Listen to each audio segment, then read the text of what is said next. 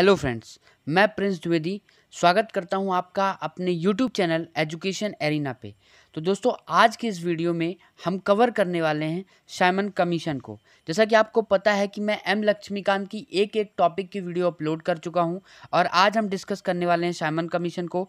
तो डिस्कस करने से पहले अगर आप चैनल पे नए हो तो चैनल को सब्सक्राइब जरूर कर देना, बेल आइकन को प्रेस कर देना, वीडियो को लाइक कर देना, क्योंकि हमें आपके सपोर्ट की ज़रूरत है और वीडियो को शेयर करना ना भूलिएगा। तो चलिए हम वीडियो को स्टार्ट कर लेते हैं। इससे पहले कि हम साइमन कमीशन को पढ़ें, उससे पहले हमको पुरानी चीज़ों को रिकॉल करना पड़ेगा। 1919 गवर्नमेंट ऑफ इंडिया एक्ट 1919 को पिछली वीडियो में हमने डिस्कस किया था, लिंक डिस्क्रिप्शन में दिया है, आप उसको ज़रूर देखें। आपको पूरा एक्ट बहुत आसानी से समझ में आने वाला है।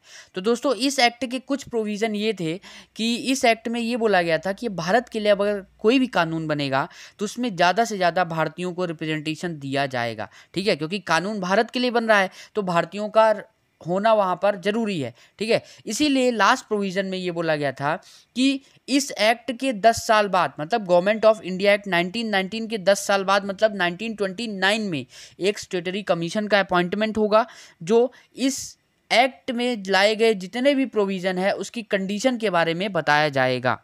कंडीशन के बारे में बताया जाएगा से मतलब है कि इस एक्ट के द्वारा, गवर्नमेंट ऑफ इंडिया एक्ट 1919 के द्वारा जितने भी प्रोविज़न लाए गए हैं तो 10 साल बाद क्या ये भारत पर फिट बैठ रहे हैं, क्या ब्रिटिश गवर्नमेंट से इनका कुछ फ़ायदा हो रहा है। ठीक है, तो ये सब चेक करने के लिए उन्होंने बोला था कि 10 साल बाद एक स्टेटरी कमीशन आएगी जिसका नाम साइमन कमीशन होगा। ठीक है, समझ रहे हो ना आप? 10 साल बाद मतलब 1929 में लाई जाएगी।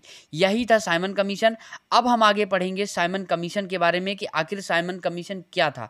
तो ये गवर्नमेंट ऑफ इंडिया एक्ट 1919 हमने इसलिए बताया क्योंकि इसी एक्ट में बोला गया था कि इस एक्ट के 10 साल बाद क्या लाएगा, एक साइमन कमीशन, स्टेटरी कमीशन लाएगा जो कि इस एक्ट में जितने भी प्रोविज़न लाए गए हैं उसकी कंडीशन के बारे में बताएगा कि क्या जितनी भी प्रोविज़न्स लाए गए हैं वो फिट बैठते हैं या नहीं। ठीक है, तो चलिए देखते हैं अब साइमन कमीशन क्या था।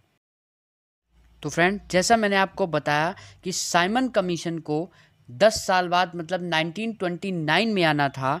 ठीक है, लेकिन एक प्रॉब्लम यहाँ पे ये हो गई कि 1929 में ना आकर ये 2 साल पहले मतलब कि 1927 में ही साइमन कमीशन आ गया। ठीक है, अब साइमन कमीशन क्यों आया था ये तो मैंने आपको बता दिया कि जितने भी प्रोविज़न थे गवर्नमेंट ऑफ इंडिया एक्ट 1919 में उसकी कंडीशन को चेक करने के लिए कि क्या वो यूज़फुल हैं भारत में, उससे कुछ बेनिफिट हो रहा है ब्रिटिश के लिए या नहीं, ये सब कंडीशन को चेक करने के लिए साइमन कमीशन लाया गया था। और जो साइमन कमीशन की जो चेयरमैन थी उनका क्या नाम था, सर जॉन साइमन था।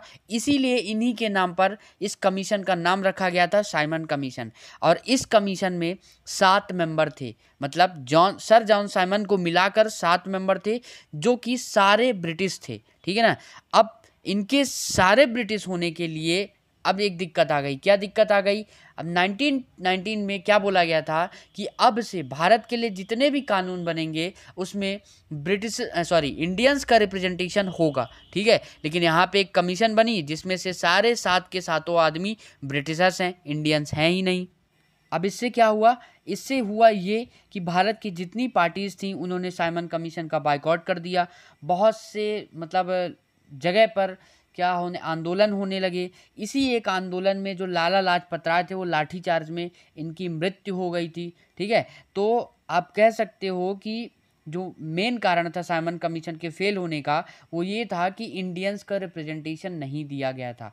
ठीक है, अब देखिए साइमन कमीशन ने, अब आ तो गया साइमन कमीशन, अब इनका ये मानना था कि जो इंडियंस है वो अपने लिए कानून नहीं बना सकते हैं, इसीलिए उनको रिप्रेजेंटेशन नहीं दिया गया है। ठीक है, अब ये बोला गया कि 1930 में जब 3 साल बाद जब साइमन कमीशन ने अपनी रिपोर्ट प्रेजेंट की, ठीक है ना, 3 साल बाद 1930 में जब इसने अपनी रिपोर्ट प्रेजेंट की तो इसने कुछ क्या किया, उसने कुछ रिकमेंडेशन दिए।